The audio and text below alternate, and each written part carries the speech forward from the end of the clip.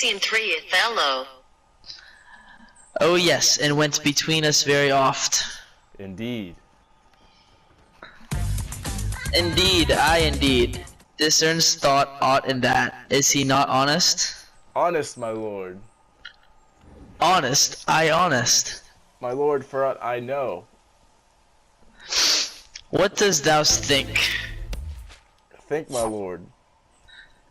Think, my lord. By heaven, he echoes me, as if there were some monster in his thought, too hideous to be shown. Thou dost mean something. I heard something thee say even now. Thou likest not that, when Cassio left my wife, what didst not like in my confidence?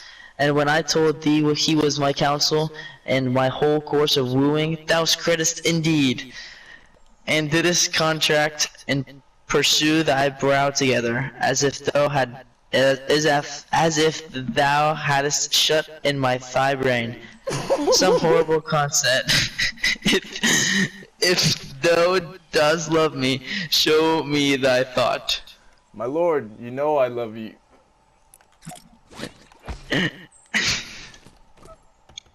I think thou dost, and for I know thought full of love and honesty, and waste thy words before thou givest them breath. Therefore these stops of thine fright me the move. Significant for such things they false disloyal knave are tricks of custom, but in a man that's just expressions of thoughts. They are close dilations working from the heart that passion cannot rule. For Michael Cassio, I dare be sworn I think that he is honest. I think so too. Men should be what they seem, or those that be not, would they might seem none. Certain, men should be what they seem. Why then, I think Cassio's an honest man. Nay, yet there is more in this. I speak to me as thy thinkings, as thou dost ruminate and give thy worst of thoughts, the worst of words. Good, my lord, pardon me. Though I am bound to every act of duty, I am not bound to that all slaves are free to. Utter my thoughts? Why, say they are vile and false, as were that palace whereinto foul things sometimes intrude not. Who has a breast so pure, but some uncleanly apprehensions keep bleats and law days, and in session sit with meditations lawful.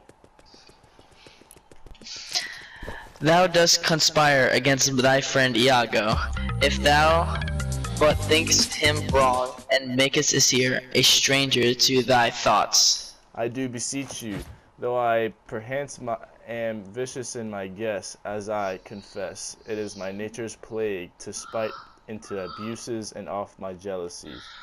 Shapes faults that are not, that your wisdom yet, from one that is so imperfectly conceits, would take no notice, nor build yourself a trouble. Out of his scattering unsure observance, it were not for your quiet, nor your good, nor my manhood, honesty, or wisdom, to let you know my thoughts. Zounds, what dost thou mean? Good name in man and women, dear my lord, is the immediate jewel of their souls. Who steals my purse steals trash. 'Tis something, nothing. 'Twas mine, 'tis his, and has been slave to thousands. But he that filches from me my good name, robs me of that which not enriches me, and makes me poor indeed. By heaven, I'll know thy thoughts. You cannot, if my heart were in your hand, nor shall not, whilst 'tis in my custody. Ha! Oh, beware, my lord, of jealousy. It is green-eyed monster which doth mock the meat it feeds on, that cuckold lives in bliss, who, certain of his fate, loves not his wronger, but oh, what damned minutes tells he o'er, who dotes, yet doubts, suspects, yet strongly loves. Oh, misery! Poor content is rich, and rich enough, but riches fineless is as poor as winter to him that ever fears he shall be poor. Good heaven, the souls of all my tribe defend from jealousy.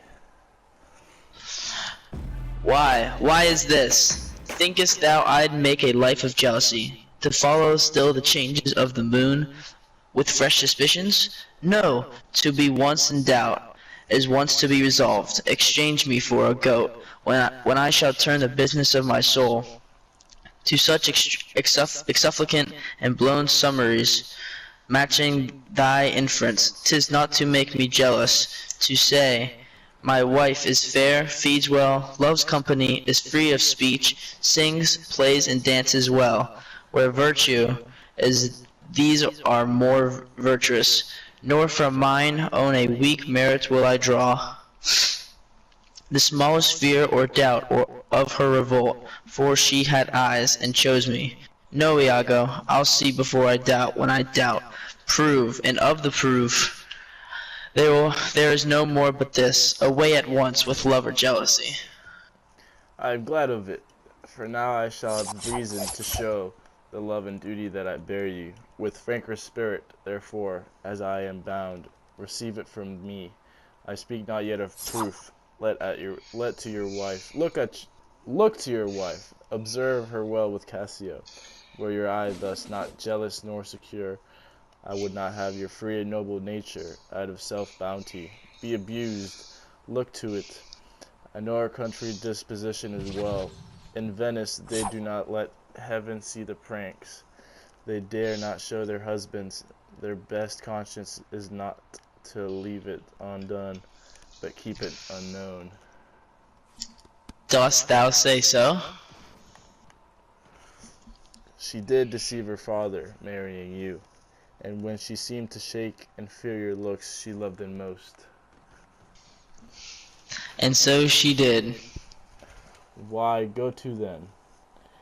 She that, so young, could give out such a seeming to seal her father's eyes close as oak. He thought 'twas witchcraft, but I am much to blame. I humbly do beseech you of your pardon, for too much loving you. I am bound to thee forever. I see this hath a little dashed your spirits. Not a jot, not a jot. I fear it has. I hope you will consider what is spoke comes from my love, but I do see you're moved. I am to pray you not to strain my speech to grosser issues, nor to larger reach than to suspicion. I will not. Should you do so, my lord, my speech should fall into such vile success as my thoughts aim not at. Cassio is my worthy friend. My lord, I see you're moved. No, not much moved. I do not think but Desdemona is honest. Long live she so, and long live you to think so.